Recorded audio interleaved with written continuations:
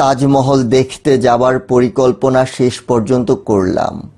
3 কন্যা এবং স্ত্রীকে নিয়ে এক বিকেলে উপস্থিত হলাম তাজের সামনে।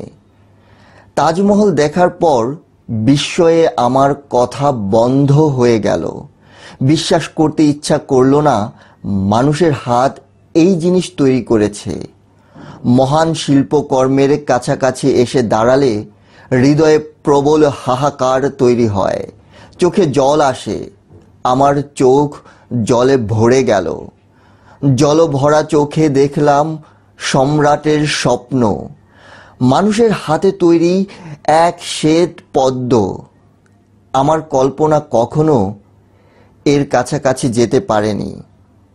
তাজমহল দেখার পর হুমায়ুন আহমেদ আবেগে আপ্লুত হয়ে এভাবেই অভিব্যক্তি প্রকাশ করেছেন তার লেখা আমার আপন আধার লেখনীতে। ধন্যবাদ সবাইকে সঙ্গে থাকার জন্য।